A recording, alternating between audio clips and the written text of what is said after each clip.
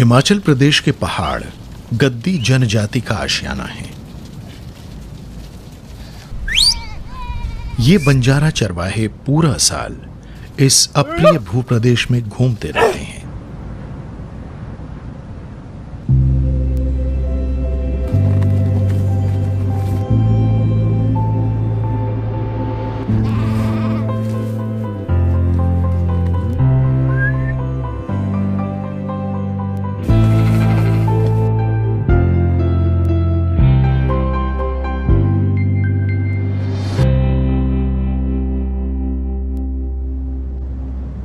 सदियों से गद्दी लोग हिमालय की चोटियों की छाया में रहते आए हैं। ये मौसमों के साथ साथ गर्मियों और सर्दियों वाली चरागाहों के बीच चक्कर लगाते रहते हैं। हर साल कोई गद्दी सैकड़ों मील का सफर पैदल तय कर सकता है। उसका साथ देने के लिए होती हैं सिर्फ उसकी भेड़ें और उसके कुत्ते। ये लोग धौलाधार पर्वत श्रृंखला के बेहद ऊंचाई वाले बर्फ से ढके दर्रों पर से गुजरते हैं। गद्दी लोगों की जिंदगी एक दूसरे पर निर्भरता की जिंदगी है। इनका रिश्ता है प्रकृति की शक्तियों और मौसम की गर्मी और चरम सर्दी की अलौकिक ताल के साथ। यहां हर पत्थर, धार, ढलान और जलधारा पवित्र है। गद्दी लोग अपने प्राकृतिक माहौल का बहुत सम्मान करते हैं। गद्दी लोग और इनके भेड़ों के झुंड ऊंचाई वाली इन पर्यावरण प्रणालियों में एक महत्वपूर्ण भूमिका निभाते हैं।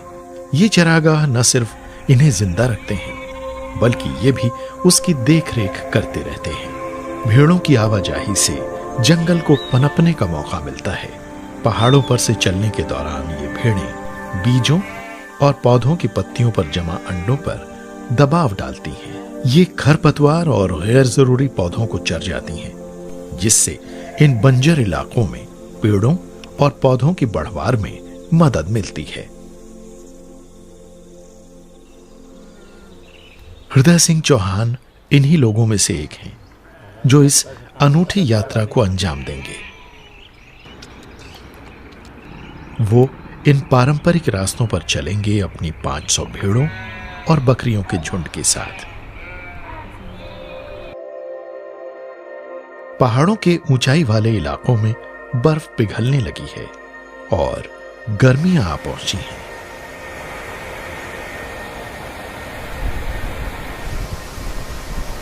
ये अपने सफर की शुरुआत कांगड़ा घाटी से करेंगे, जहां ये सर्दियों के दौरान रुके थे, और ये 380 किलोमीटर से भी ज्यादा का सफर तय करके स्पीति घाटी तक जाएंगे।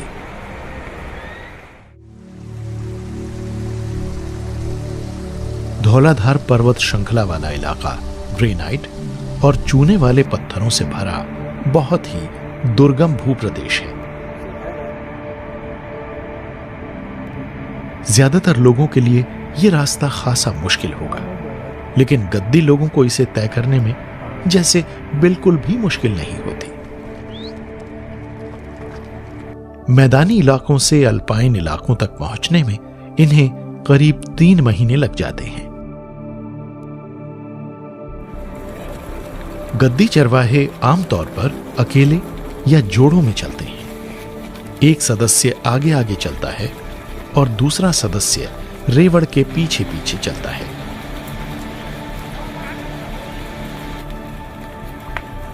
हृदय सिंह चौहान लगातार चौकन्ने बने रहते हैं। गिरते पत्थर, अचानक होने वाले हिमस्खलन का संकेत हो सकते हैं। उससे रेवड़ को नुकसान हो सकता है और ये लोग यहां कई दिनों तक फंसे भी रह सकते हैं। खाना पकाने की और रेवड़ का ख्याल रखने की जिम्मेदारी ये दोनों मिलकर उठाते हैं।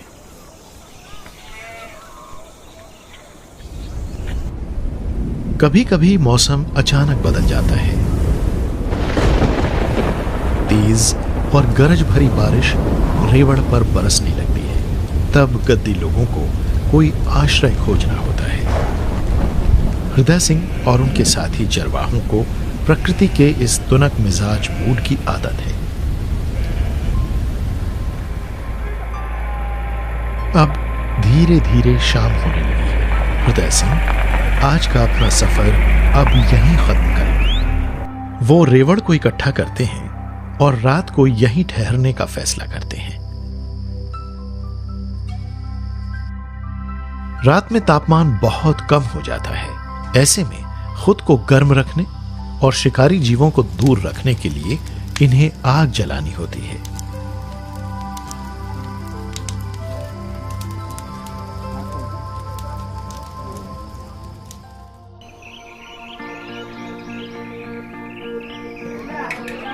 गद्दी लोगों की शुरुआत कहां से हुई ये आज तक भी पता नहीं है।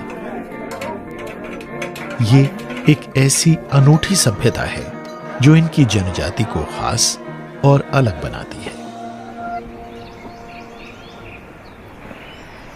भरमौर में गद्दी परिवार काफी संख्या में रहते हैं। पिछली कई सदियों के दौरान यहां कई गद्दी परिवार बस गए हैं।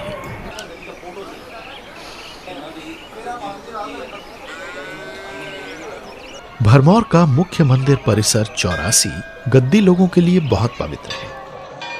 इनका मानना है कि ये क्षेत्र शिव भूमि है और सारे प्रवास मार्ग यहीं आकर खत्म होते हैं। गद्दी समुदाय का आपसी रिश्ता भी बेहद मजबूत होता है और ये अपनी परंपराओं को जीवंत बनाए रखने के लिए एक दूसरे से मिलते जुलते और जश्न मनाते रहते हैं। शिव को चढ़ावे के रूप में किसी भेड़ या बकरी का चढ़ावा गद्दी लोगों के लिए एक पुरानी परंपरा है जो चली आ रही है।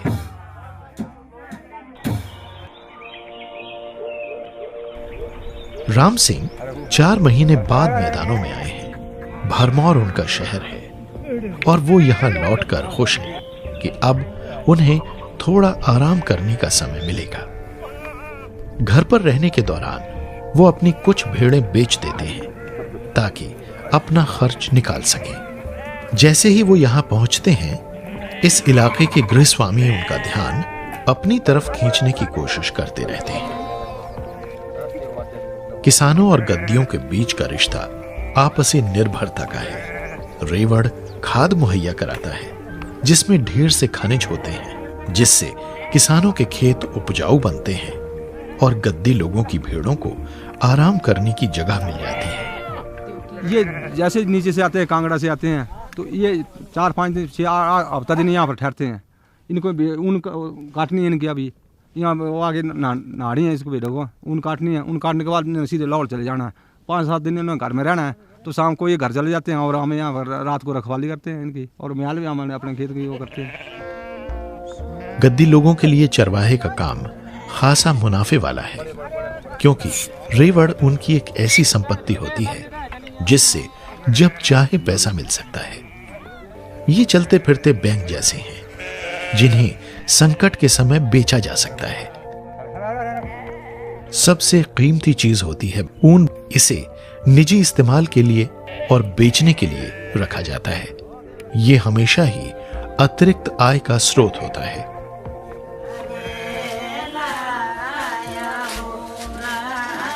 पुरुष सारा साल रेवड़ का ध्यान रखते हैं और उसके साथ घूमते रहते हैं, जबकि महिलाएं घर में रहती हैं। एक समुदाय के तौर पर साथ साथ काम करते हुए महिलाएं भेड़ बकरियों से उतारी गई ऊन से जूते, जैकेट और हैट तथा टोपियां बनाती हैं और इन गर्म चीजों को वो बेच सकती हैं। लेकिन आज ये चरवाहे एक अलग तरह के हालात के शिकार हैं। आज इनकी रोजी रोटी विकास और जलवायु बदलाव की आंधी को झेल रही है। जलवायु में बदलाव के कारण इस जनजाति की जिंदगी बुरी तरह प्रभावित हो रही है। गर्मियों में तापमान के और बढ़ने के कारण गद्दी लोगों को अपने रेवड़ों को ज्यादा ठंडी जलवायु में चराने के लिए और ऊंचाई तक जाना पड़ता है। स्पीति घाटी जाने वाली सड़क पर भी राज्य के विकास की निशानियां नजर आ रही हैं। नई नई सड़कें बन रही हैं, होटलों का निर्माण हो रहा है, नई नई सीमाएं सिर उठा रही हैं। बीते बरसों के दौरान वन क्षेत्र को रिजर्व एरिया के तौर पर चिन्हित किया गया है। इससे गद्दी लोगों के पास चराई लायक कम क्षेत्र बचता जा रहा है। उसी सीमित इलाके में बार बार चराई करने से वो नाजुक संतुलन गड़बड़ा गया है जो सदी दर सदी कायम रहा है। अब वन विभाग ने गद्दी लोगों की जिंदगियों में एक अहम भूमिका निभानी शुरू कर दी है। वो समझने लगे हैं कि जंगल और चरवाहे एक दूसरे पर निर्भर हैं। इस निर्भरता को नियंत्रित करने के साथ साथ इसे पोसने की भी जरूरत है। हिमाचल प्रदेश सरकार ने भी 1988 में हिमाचल प्रदेश वूल फेडरेशन का गठन किया था ताकि राज्य में हैंडलूम उद्योग की परंपरा को बढ़ावा दिया जा सके। आज फेडरेशन हर साल 1600 टन से ज्यादा ऊन पैदा करती है जिसे पूरे राज्य में फैले इसके प्रोक्योरमेंट केंद्रों द्वारा इकट्ठा किया जाता है। इससे राज्य के ज्यादातर वूल हैंडलूम्स को सप्लाई मिलती है। फिर इस हासिल किए गए ऊन को इन केंद्रों में धोया जाता है। एक मशीनी प्रक्रिया का इस्तेमाल करके धूल, मिट्टी और ग्रीस जैसी अशुद्धियों को दूर किया जाता है। फिर इस ऊन को सुखाकर और प्रोसेस करके इसे पूरे देश की बड़ी वूलन इंडस्ट्री को सप्लाई किया जाता है। स्पीति घाटी के अपने गर्मियों वाले चरागाह की ओर आगे बढ़ते हुए पुरुषोत्तम एक हफ्ते के लिए पालमपुर में अपने घर रुक गए हैं। यही समय है शरद ऋतु के बालों को काटने का। वूल फेडरेशन के प्रशिक्षित टेक्नीशियन इस ऊन को काटने के लिए गांव में आते हैं। इस काम के लिए उन्नत औजार और आधुनिक प्रणालियों का इस्तेमाल किया जाता है जिससे ये प्रक्रिया और तेज और आसान हो जाती है। अगर ये बाल पारंपरिक तरीके से काटे जाते तो इसमें कई दिन लग जाते। गद्दी लोग अपना ऊन बिचौलियों को बेचते रहे हैं और पिछले कुछ बरसों के दौरान ऊन के दाम में काफी उतार चढ़ाव बना रहा है। अब वूल फेडरेशन की मौजूदगी के कारण गद्दी लोग बिचौलियों से बच जाते हैं और इस फेडरेशन ने इनकी रोजी को चमकाने के लिए एक मंच की भूमिका निभाई है। आज हर मेरा भेड़ पालक चाहे जिस भी दुर्गम क्षेत्र में बैठा वो वूल फेडरेशन को फोन करता है और वूल फेडरेशन उनकी भेड़ बकरियों की शेयरिंग हो उसके लिए पुख्ता इंतजाम करके उनकी चिंता का हल करता है। इस दिशा में अनेकों कार्यक्रम वूल फेडरेशन ने शुरू किए हुए हैं। इस कटी हुई ऊन में से कुछ हिस्सा घरेलू इस्तेमाल के लिए रखा जाता है और बाकी को वूल फेडरेशन में बेचने के लिए पैक कर दिया जाता है।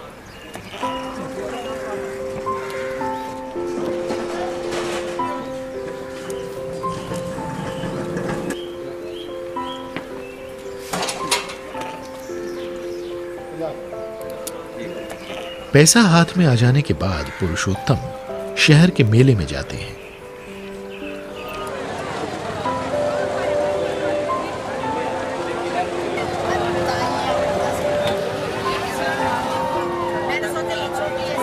गर्मियों वाले चरागाहों की तरफ आगे की यात्रा से पहले खाने की और दूसरी जरूरी चीजें इकट्ठे करने के लिहाज से ये उनके लिए बढ़िया समय है। ये कटाई का एक बढ़िया मौसम रहा है। तो अब परिवार के लिए समय है एक साथ मिलकर जश्न मनाने का। इस समय ये लोग अक्सर उस रेवड़ को आभार जताने के लिए गीत गाते हैं जिसके कारण इनकी जिंदगी खुशहाल बनी। साथ ही प्रेम भरे गीत भी गाए जाते हैं।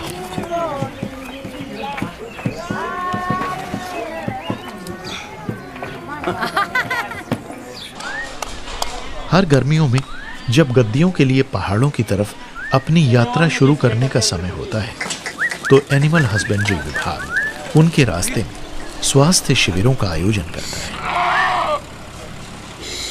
रेवड़ के जीवों को इंजेक्शन लगाए जाते हैं ताकि ये सुनिश्चित किया जा सके कि गद्दी लोगों की भेड़ों के झुंड स्वस्थ रहे। इसके बाद चरवाहे अपनी भेड़ों को एक मेडिकेटेड बाथ यानी औषधि युक्त स्नान के लिए ले जाते हैं। ताकि उन्हें अपनी किसी भी त्वचा संबंधी बीमारी से मुक्ति मिल सके। यानी ये तैयारी होती है आगे की उनकी लंबी यात्रा की। गद्दी लोगों के लिए ये एक बड़ी सेवा है, जिनके लिए अपनी किसी भेड़ को बीमारी के कारण गंवाना किसी संपत्ति या परिवार के किसी सदस्य को गंवाने जैसा है। पशुपालन विभाग है वो इनको समय समय पर जो इनके रास्ते हैं उसके ट्रैक रूट बनाए गए हैं, जो कि 8 हैं पूरे प्रदेश में। वहाँ पे टेम्परेरी चेक पोस्ट लगा के इनको जो है इनके आवागमन में जो भी इनको समस्याएं आती हैं, जैसे इनके जो पशुधन हैं उसको डिपिंग करानी है, ड्रेंचिंग करानी है, उनमें रोगों को बचाने के लिए टीकाकरण करना है, तो ये जो ऐसी सारी सुविधाएं हैं इनको इन रूट प्रोवाइड करता है।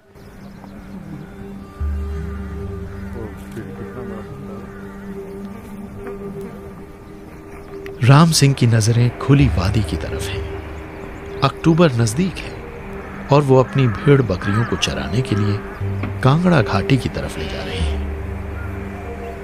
बेहद ठंडी हवा, पहले से कम तापमान सर्दियों में चराई के काम को और मुश्किल बना देते हैं। वो नहीं जानते कि ये काम कितने दिन तक चलता रह पाएगा या उनके बाद इसे कोई करेगा या नहीं, क्योंकि उनके बेटे चरवाहे का काम नहीं करना चाहते। उनकी बेटियों की शादियां हो गई हैं और वो दूर चली गई हैं, तो उनके बाद ये सिलसिला खत्म ही हो जाएगा।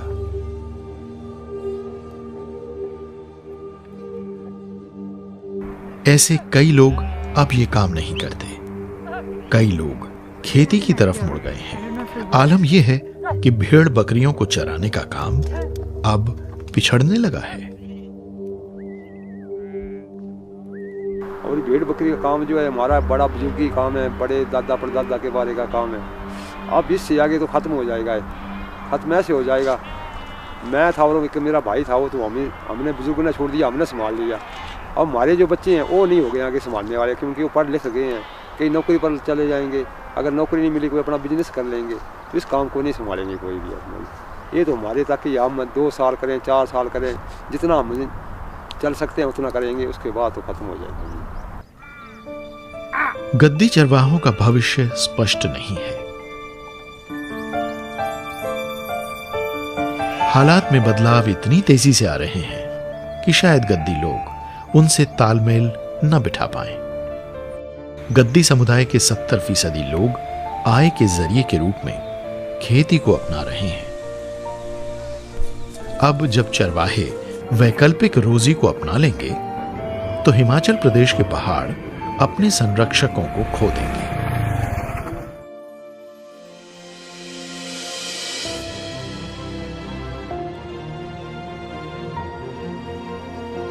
किसी जीवन शैली का गुम हो जाना एक बहुत बड़ा नुकसान होता है।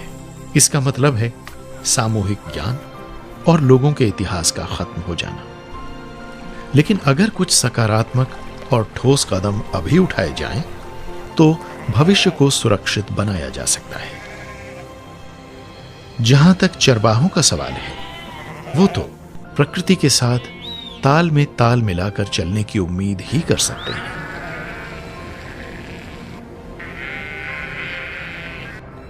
ऊंचे पहाड़ों की गोद में शायद वही उनका एकमात्र और असली घर है।